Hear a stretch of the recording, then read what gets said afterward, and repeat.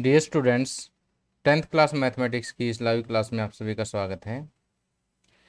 और आज के लेक्चर में हम 15 चैप्टर प्रायिकता के कुछ एनसीईआरटी क्वेश्चंस और एग्जाम्पल्स को सॉल्व करेंगे।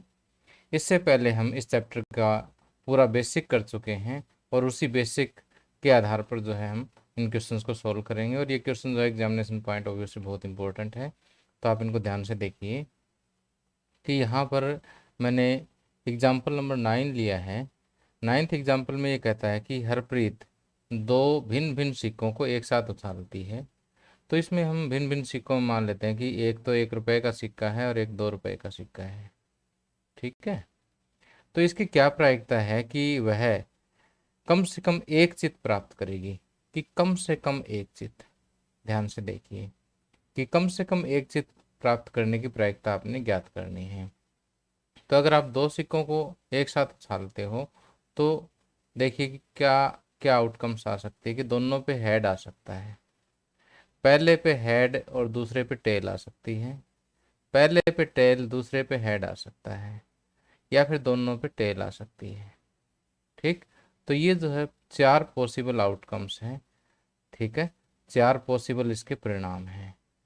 अब यहाँ पर देखिए कि कम से कम एक चित, चित का मतलब हेड, तो कम से कम एक चित देखिए यहाँ पर आया है कि 2 है तो कम से कम एक तो इसमें है, काउंट करेंगे। और यहाँ पर भी एक हेड है, यहाँ पर भी एक हेड है। कम से कम एक चित आने के अनुकूल परिणाम कितने हो गए? 3। और कुल संभव परिणाम कितने हो गए? 4। तो कम से कम एक चित आने की जो प्रायिकता है वो क्या है? 3/4। तो इसको लिखने का तरीका देखिए कि सबसे पहले तो हम क्या करते हैं, घटना को मानते हैं कि माना घटना ई। घटना ई क्या है? कम से कम एक चित प्राप्त करना, कम से कम एक चित प्राप्त करना।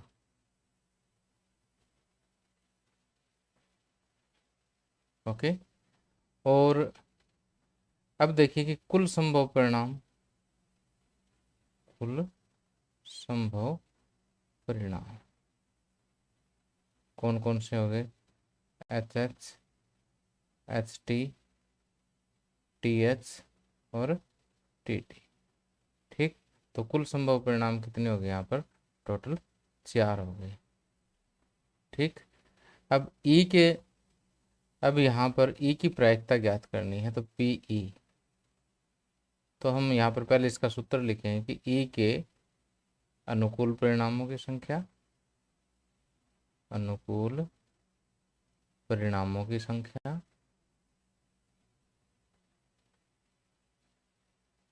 और डिवाइड बाय कुल संभव परिणामों की संख्या, कुल संभव परिणामों की संख्या। अब ई के अनुकूल परिणाम जैसे मैंने आपको बताया था कि 3 इसके अनुकूल परिणाम है और कुल संभव परिणाम क्या है?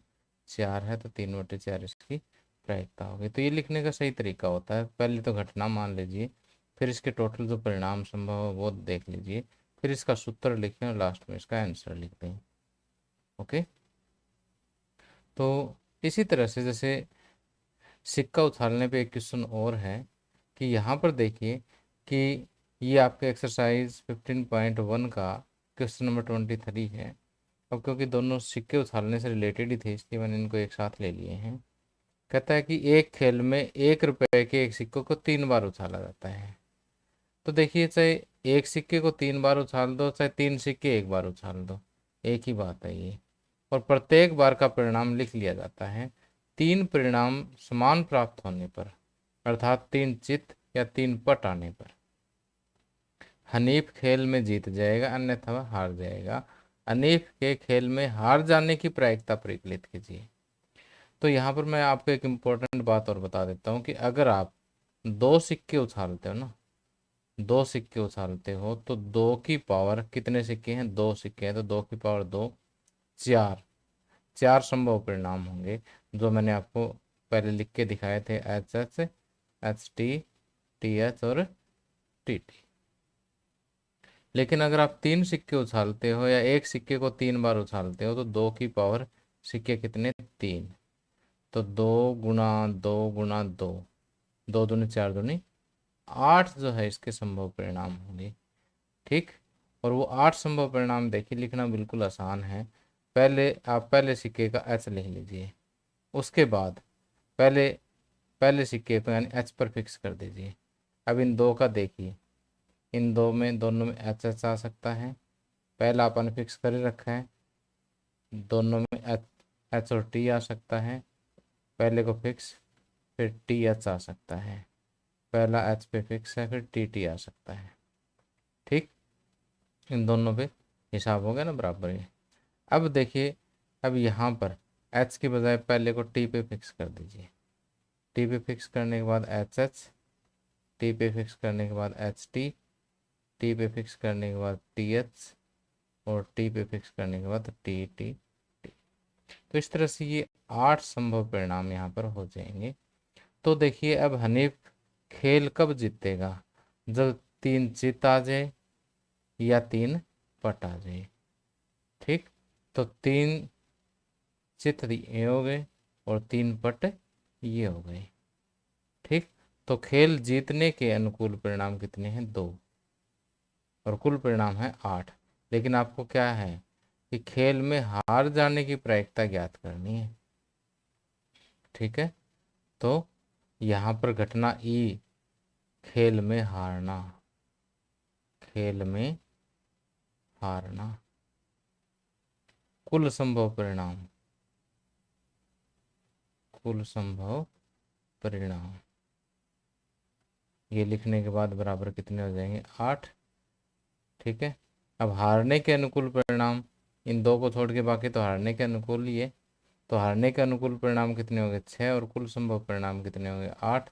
तो इस घटना की प्रायिकता जो है वो कितनी होगी, 6/8। इसको कट करेंगे तो 2×3 = 6 और 2×2 = 8, 3/4। ओके। तो प्यारे बच्चों, उम्मीद करता हूँ कि मेरी आवाज़ आप लोगों तक सही आ रही होगी। अगर सही आ रही है तो एक बार यस करके कमेंट करें।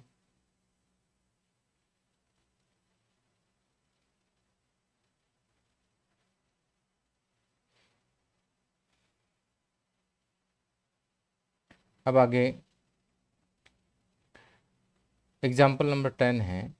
कहता है कि एक म्यूजिकल चेयर खेल में जो महिला संगीत बजा रही थी उसे सलाह दी गई कि वह संगीत प्रारंभ करने के बाद 2 मिनट के अंदर कभी भी संगीत बंद कर दें। इसकी क्या प्रायिकता है कि संगीत प्रारंभ होने के पहले आधे मिनट में संगीत प्रारंभ होने के पहले आधे मिनट के अंदर बंद हो जाएगा। तो ये म्यूजिकल चेयर, आपको पता है कि इस तरह से जो है कुछ चेयर्स हम एक सर्कल में रख देते हैं। मान लेते हैं कि यहाँ पर चेयर हमने कितने रखी, 1 2 3 4 5 6 7 रखी। तो यहाँ पर इसके चारों जो 8 खिलाड़ी जो है इस तरह से बाहर से घूमते हैं। जितनी कुर्सियाँ होती है उससे एक फालतू खिलाड़ी यहाँ पर होता है, और यहाँ पर म्यूजिक बजता है, एक एक व्यक्ति यहाँ पर म्यूजिक बजाता है ये। ठीक है। और म्यूजिक का समय है 2 मिनट। अब जैसे ही म्यूजिक बंद होगा तो ये सारे लोग क्या करेंगे, एक एक कुर्सी पकड़ के बैठ जाएंगे फटाफट। तो अब देखिए, कुर्सियाँ कितनी है, 7, लोग कितने बैठे हैं, 8। तो जैसे ही म्यूजिक बंद हुआ ये बैठेंगे तो एक व्यक्ति बचेगा, वो आउट हो जाएगा। ठीक है। जो आउट होगा उसको एक कुर्सी दे दी जाएगी, वो भी कुर्सी लेकर के निकल जाएगा। तो कहने का मतलब ये है कि अब अगली बार क्या है, 6 कुर्सियाँ बचेगी और 7 व्यक्ति होंगे, यानी हर बार ऐसे ही रहेगा। लास्ट में एक कुर्सी बचेगी, 2 व्यक्ति बचेंगे। ठीक है। और फिर इसी तरह से म्यूजिक बजेगा, म्यूजिक बंद होते ही 2 में से एक कुर्सी पे बैठेगा, वही जीतेगा। ओके। दूसरा आउट हो जाएगा। तो हमें खेल से कोई मतलब नहीं है, हमें जस्ट ये म्यूजिक को समझना है। तो इस म्यूजिक को हम बजाते हैं 2 मिनट तक, या 2 मिनट से पहले कभी भी बंद, यानी हो सकता है कि हम 10 सेकंड में बंद कर दें, हो सकता है कि 20 सेकंड में बंद कर दें, हो सकता है कि 22 सेकंड में बंद कर दें। ठीक है। तो हो सकता है कि हम पूरा 1 मिनट 59 सेकंड भी बजाएं, हो सकता है कि पूरे 2 मिनट में बंद करें इसको। ठीक है। कुछ भी हो सकता है। तो यहाँ पर एक महिला की ड्यूटी लगाई गई है कि वो संगीत को बंद करना उसको। ठीक है। तो अब कहता है कि इसकी क्या प्रायिकता है कि पहले आधे मिनट के अंदर वो इसको बंद कर देगी। तो देखिए कि यहाँ पर मैं एक टाइम लाइन बना लेता हूँ। यहाँ पर टाइम कितना है 0, यहाँ पर है 1 सेकेंड, यहाँ पर है 2 सेकेंड, ठीक। और ये है, सॉरी, ये है 1 मिनट और ये है 2 मिनट और ये है आधा मिनट। ओके। तो अब देखिए कि यहाँ पर म्यूजिक इतनी दूर में बंद हो जाए, इसकी क्या प्रायिकता है। इतनी दूर में म्यूजिक बंद करना है। तो अब देखिए कि कुल संभव परिणाम क्या है, यहाँ से यहाँ तक की दूरी है, ठीक। और अनुकूल परिणाम है यहाँ से यहाँ तक की दूरी, ठीक। अब कुल संभव परिणाम संख्या रेखा पर 2 भाग, ठीक है। संख्या रेखा या समय रेखा पर 2 भाग, संख्या रेखा कह सकते हो या समय रेखा भी कह सकते हो, पर 2 भाग, ठीक है। और यहाँ पर घटना ई का नाम दे दो कि पहले आधे मिनट में बंद होना, तो ई के अनुकूल परिणाम, ई के अनुकूल परिणाम संख्या रेखा या समय रेखा पर आधा भाग। प्रायिकता क्या हो जाएगी फिर, उस घटना की प्रायिकता क्या हो जाएगी, आधा भाग। तो अनुकूल हो गया, बाई टोटल कितने 2 भाग हैं, तो आधा बटे 2, ठीक है। 1/4 इसकी प्रायिकता हो जाएगी, ठीक है। अब वास्तव में ये क्या करते हैं हम, ये मैंने किया ना आधा बटे में 2, तो वास्तव में आधे को हम क्या कर रहे हैं 2 से भाग दे रहे हैं। 2 का मतलब 2/1, और भाग को जब गुणा में चेंज करते हैं तो आगे वाली रकम पलट जाती है, 1/4 इस तरह से आता है। ओके। अब आगे देखिए इसमें कि एक क्वेश्चन आपको दिया हुआ है और कहता है कि एक लापता हेलीकॉप्टर के बारे में सूचना मिलती है कि वह आकृति जो नीचे दर्शा रखी है में दर्शाए गए आयताकार क्षेत्र में कहीं गिर गया है। इसकी क्या प्रायिकता है कि वह आकृति में दर्शाई गई झील में गिरा है। देखो यहाँ पर ये एक इस एरिया में कहीं ना कहीं हेलीकॉप्टर गिर गया है और यहाँ पर इतने एरिया में क्या है, एक झील है। तो इसकी क्या प्रायिकता है कि वो हेलीकॉप्टर इस झील में गिरा होगा। अब इस झील की लंबाई कितनी होगी, यहाँ से यहाँ तक दे तो नहीं रखी, हमें यहाँ पर चित्र को देख के अंदाज़ा लगाना पड़ेगा कि ये 9 किलोमीटर है और ये 6 किलोमीटर, तो झील बच गई, झील की लंबाई होगी 3 किलोमीटर। अब यहाँ पर देखिए ये इसी तरह से ये कैलकुलेट कर लेंगे, 4.5 किलोमीटर है, ये 2 किलोमीटर है, 4.5 में से 2 माइनस करेंगे तो 2.5 बचेंगे, 2.5 किलोमीटर बचेंगे। अब देखो कि कुल संभव परिणाम है इसका पूरे का एरिया, ठीक है। यानी जो पूरा क्षेत्र का जो है आयताकार क्षेत्र का क्षेत्रफल जो है, आयताकार क्षेत्र का क्षेत्रफल क्या हो जाएगा, लंबाई गुणा चौड़ाई, 9 गुणा में 4.5, तो 9×5 = 45, कैरी 4, 9×4 = 36 और 4 = 40, 40.5 वर्ग किलोमीटर जो है ये पूरा क्षेत्रफल। ओके। और लेक का क्षेत्रफल कितना है, झील का क्षेत्रफल, झील का क्षेत्रफल हो जाएगा आपका 3 गुणा में 2.5, 3×5 = 15 और 3×2 = 6 और 1 = 7, 7.5 हो गया। अब झील में गिरने की जो प्रायिकता है, पहले इसको घटना को ई मान लेना कि माना घटना ई बराबर हेलीकॉप्टर का झील में गिरना, ठीक। और फिर ये करने के बाद भाई कुल संभव परिणाम इतना वर्ग किलोमीटर और अनुकूल परिणाम इतना वर्ग किलोमीटर, इतना वर्ग किलोमीटर, तो ये आ जाएगा 7.5 और 40.5, ठीक है। अनुकूल परिणामों की संख्या भाई कुल संभव परिणामों की संख्या। अब देखिए आपस में कट हो जाएंगे, 5 पे कट हो रहे हैं ना, तो इसको इस तरह से आप इसका आंसर कैलकुलेट कर सकते हैं। बाकी ये जो है आपका एग्जाम्पल नंबर 11 है, समझ तो आप गए हैं इसको, बाकी लिखने का तरीका आप अपनी बुक में देख सकते हैं। अब इसी टाइप से जो है आपको एक्सरसाइज 15.1 का एक क्वेश्चन दिया हुआ है, क्वेश्चन नंबर 20। ओके, तो 20th क्वेश्चन को आप यहाँ पर देख सकते हैं कि यहाँ पर कहता मान लीजिए आप एक पासे को आकृति 15.6 में दर्शाए गए आयताकार क्षेत्र में यादृच्छा रूप से गिराते हैं, तो इसकी क्या प्रायिकता है कि वह पासा 1 मीटर व्यास वाले वृत्त के अंदर गिरेगा। कि जैसे यहाँ पर देखिए इस आयताकार क्षेत्र के अंदर हमने एक पासा उछाला है, तो इस बात की क्या प्रायिकता है कि वो पासा कहाँ गिरेगा, इस वृत्ताकार क्षेत्र में गिरेगा। और वृत्ताकार क्षेत्र का जो व्यास है यहाँ से यहाँ तक, ये जो दूरी है ना, ये कितनी दे रखी है इसने, 1 मीटर दे रखी है। तो अब देखो अनुकूल परिणाम क्या है, अनुकूल परिणाम तो ये वृत्त का क्षेत्रफल है। अनुकूल परिणाम क्या है, अनुकूल परिणाम देखो घटना ई मान लो, पासे का वृत्त में गिरना, पासे का वृत्त में गिरना, ये अनुकूल परिणाम है। और कुल परिणाम आयत का क्षेत्रफल है, आयत का क्षेत्रफल है जो 3 मीटर गुणा 2 मीटर 6 वर्ग मीटर हो गया। और अनुकूल परिणाम है वृत्त का क्षेत्रफल। वृत्त का क्षेत्रफल आपको पता क्या होता है, पाई आर स्क्वायर। आर कितना है, ये व्यास दे रखा है, आर त्रिज्या होती है, त्रिज्या व्यास की आधी होती है, यानी 1 है तो 1 का आधा 1/2 और इसका स्क्वायर, तो पाई/2 का स्क्वायर 4 हो जाएगा, पाई/4 जो है वृत्त का क्षेत्रफल हो गया। अब पासे का वृत्त में गिरना, इसकी प्रायिकता क्या होगी, वृत्त का क्षेत्रफल यानी पाई/4 डिवाइड बाई इस पूरे आयत का क्षेत्रफल। पूरे आयत का क्षेत्रफल कितना है, 6 पाई/4 डिवाइड बाई 6।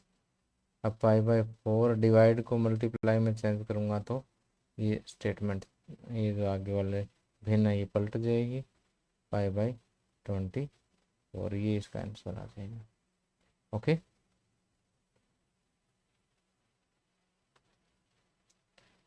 अब देखिए कि आगे जो क्वेश्चन है वो मैंने लिया है कि जैसे हमने सिक्कों पर आधारित क्वेश्चन कर लिए और एरिया एंड क्षेत्रफल पर आधारित क्वेश्चन कर लिए, ठीक, और टाइम लाइन या जो संख्या रेखा उस पर आधारित क्वेश्चन भी कर लिए। अब कुछ क्वेश्चन ऐसे आते हैं कि जैसे मान लेते हैं हमारे पास कुछ कलेक्शन है वस्तुओं का, उसमें से कुछ खराब चीज़ें हैं कुछ अच्छी चीज़ें हैं, इस टाइप से क्वेश्चन पूछे जाते हैं। ऐसे टाइप का एक क्वेश्चन है हमारे पास, कहता है कि एक डिब्बे में कितनी कमीजें हैं, 100 कमीजें हैं, जिसमें से 88 अच्छी कमीज है, 8 थोड़ी सी खराब है, 8 थोड़ी सी खराब है, तो 88 और 8 96 हो गए, 96 हो गए, और 4 जो थोड़ी सी ज़्यादा खराब है। अब देखो एक व्यापारी है जिम्मी, वो सिर्फ वही कमीज लेगी जो अच्छी है, जिम्मी को सिर्फ अच्छी कमीजें पसंद है इसको, ठीक है। जबकि दूसरी व्यापारी है सुजाता, सुजाता जो है उन्हीं कमीजों को अस्वीकार करती जिनमें खराबी अधिक है, यानी सुजाता सिर्फ इनको नहीं लेती, बाकी ये थोड़ी सी खराब है ये भी ले लेगी, अच्छी है वो भी ले लेगी। तो इस डिब्बे में से एक कमीज को यादृच्छा रूप से निकाला जाता है, इसकी क्या प्रायिकता है कि वह कमीज जिम्मी को स्वीकार हो। जिम्मी को देखो सिर्फ अच्छी चीज़ें स्वीकार है, तो जिम्मी के जो अनुकूल परिणाम है वो कितने हैं, 88 है, और कुल डिब्बे में 100 है तो 88/100 आ गया, ठीक है। 4 पे कट जाएगी, 2200 के 88 और 2500 के 100, तो 22/25 जो है जिम्मी को स्वीकार होने की प्रायिकता आ जाएगी। जबकि सुजाता को स्वीकार हो तो सुजाता के अनुकूल परिणाम देखो 88 है, बिल्कुल ठीक है, वो अच्छी है वो भी सुजाता को स्वीकार है, थोड़ी सी खराब है वो भी सुजाता को स्वीकार है, तो 88 और 8 है 96 जो है वो सुजाता के अनुकूल परिणाम हो गए, प्रायिकता हो गई 96/100। टोटल परिणाम कितने होंगे 100। तो 24 चौके 96 और 25 चौके 100। तो 24/25 जो है सुजाता के अनुकूल होगी। ये जस्ट मैंने आपको समझाया है, लिखने का तरीका आपको पता है। पहले घटना मानोगे, फिर जो है कुल संभव परिणाम, अनुकूल परिणाम, और फिर सूत्र, और फिर इसके बाद ये आंसर जो आपने लिखना है।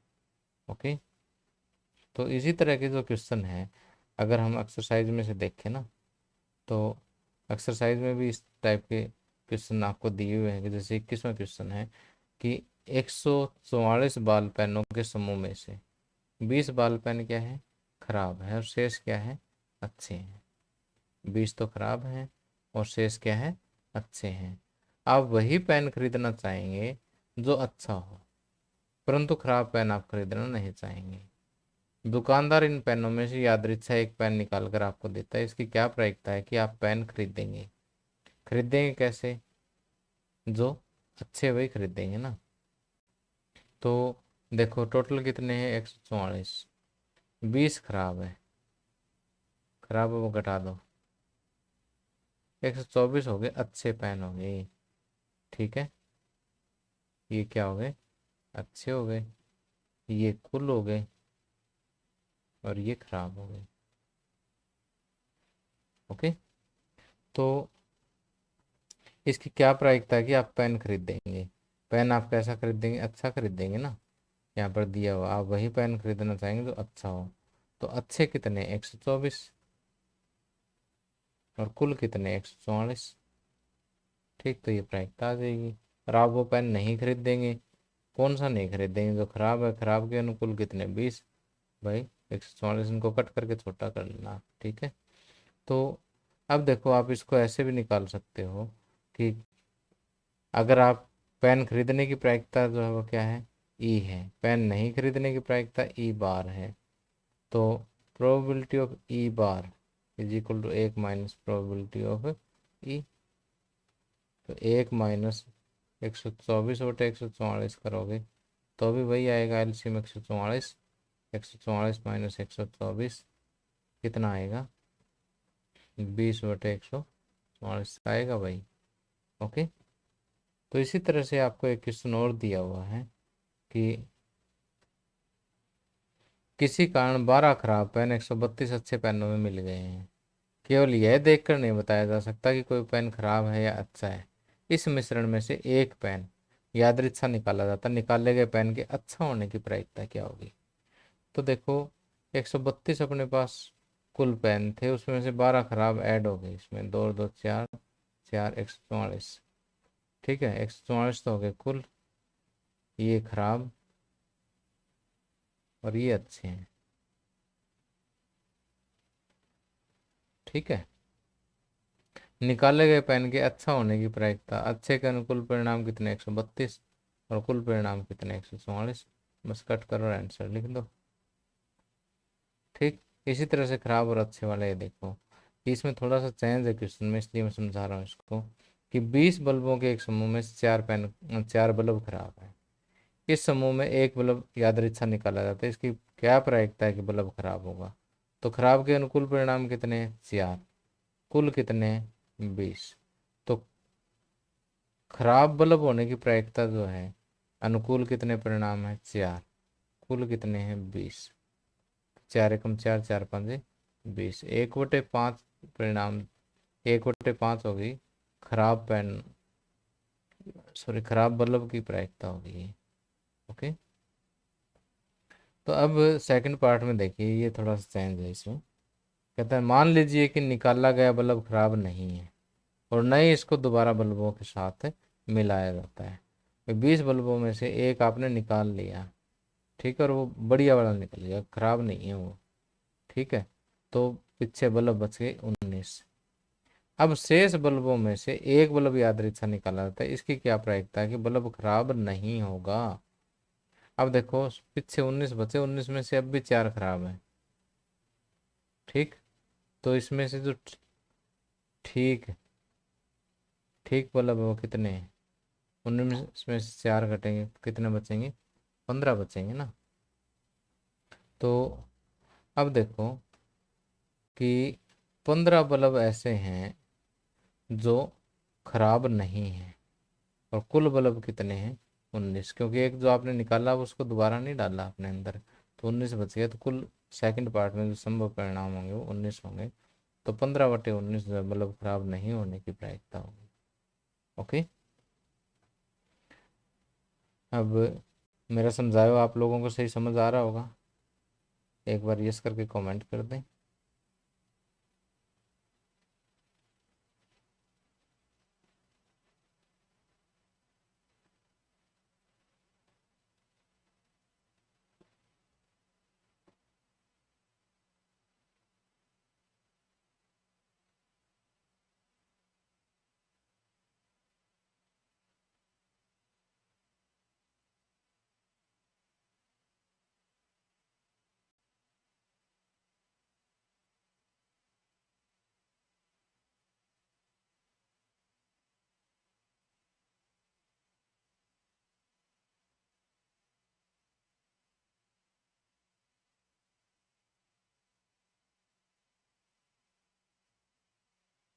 ओके, आप सभी का कमेंट आ गया है मेरे पास।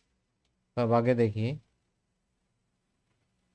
कि नेक्स्ट है, बहुत ही इंपॉर्टेंट क्वेश्चन है ये, कि एक स्लेटी पासे और एक नीले पासे को एक साथ फेंका जाता है, सभी संभावित परिणामों को लिखिए।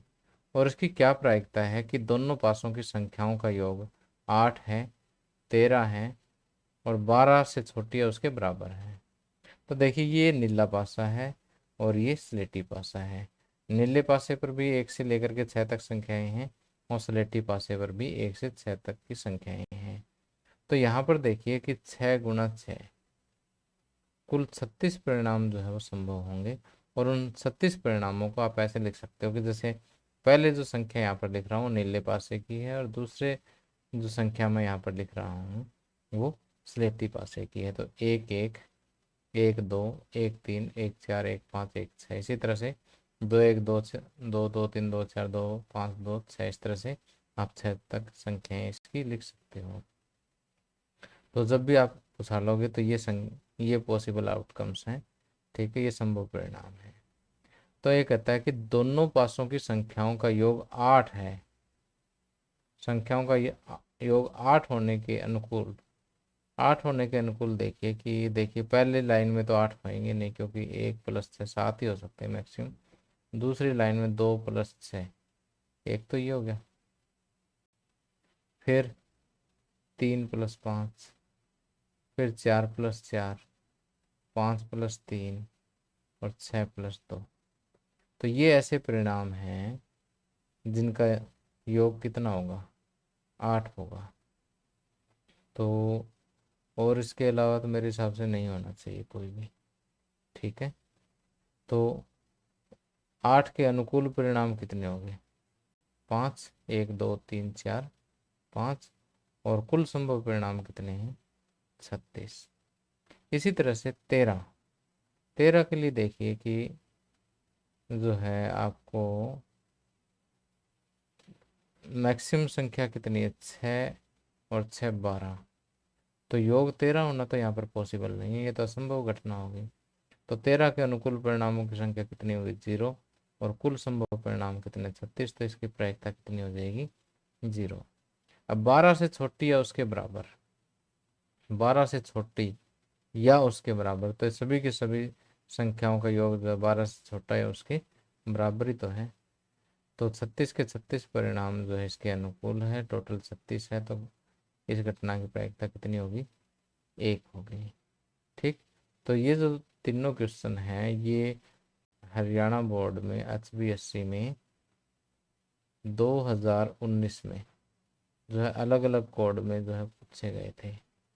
ओके, अब पासे पर आधारित क्वेश्चन जो हमारे एक्सरसाइज में भी दिया हुआ है कि एक पासे को 2 बार फेंका जाता है, इसकी क्या प्रायिकता है कि 5 किसी भी बार नहीं आएगा। तो देखो 5 यहाँ पर आया है, इस लाइन में 5 आता है और 5 आएगा आपका इस लाइन में, ठीक है। तो इस कॉलम में 5 आता है, इस रो में 5 आता है, तो ये हो गया 6, और ये तो काउंट कर ही लिया मैंने 6, और इसको छोड़ करके 5 और बच गए, तो टोटल 11 ऐसे है कि जिसमें से 5 आता है, बाकी और कहीं भी 5 आपको नज़र नहीं आएगा। ठीक है, 6 और 5 से 11 ऐसी परिणाम है जिसमें आपको 5 दिखाई देगा। ठीक, और बाकियों में 5 दिखाई आपको नहीं देगा कहीं भी। तो 5 किसी भी बार नहीं आएगा, किसी भी बार नहीं आने के जो बाकी जो आपने सर्कल नहीं कर रखा हुआ सारे परिणाम इसके अनुकूल है। कुल 36 में से 11 बार तो 5 आ गया, तो 5 और 2 25 बार ऐसा होगा जब 5 नहीं आएगा, तो ये 25 के अनुकूल परिणाम है। और कुल संभव परिणाम कितने हैं? 36 है। तो 25/36 जो है इसकी प्रायिकता आ जाएगी। और 5 कम से कम एक बार आएगा, सॉरी ये पढ़ने में गलती कर गया मैं, 5 कम से कम एक बार आएगा, कम से कम एक बार जो है इन 11 परिणामों में आता है। और कुल परिणाम कितने हैं? 36, तो 11/36 जो है इस घटना की प्रायिकता हो जाएगी। तो प्यारे बच्चों, इसी टाइप से जो है कुछ 2-4 क्वेश्चन इस चैप्टर में बच गए हैं, उनको आप कर सकते हो, क्योंकि लगभग टाइप्स मैंने क्लियर कर दी है और मोस्टली एग्जाम्पल आपको करवा दिए हैं मैंने। और जो क्वेश्चन यहाँ पर मेन बनते थे वो भी मैंने आप लोगों को करवा दिए हैं। अब जो है आपके एनसीईआरटी बुक में जो मैंने आपको क्वेश्चन नहीं करवाए वो है क्वेश्चन नंबर 8 से लेकर के 12 तक। तो ये 4-5 क्वेश्चन है, कोई ज़्यादा मुश्किल नहीं है। तो जैसे मान लेते हैं कि हम एक क्वेश्चन और उठा ही लेते हैं यहाँ पर। तो अगर मैं ये क्वेश्चन यहाँ पर लेता हूँ तो देखिए कि जस्ट एक सेकंड, कि यहाँ पर एक आपको क्वेश्चन आपके सामने अपीयर हो रहा है इधर। तो इस क्वेश्चन को आप ध्यान से पढ़िए, क्या है इस क्वेश्चन में।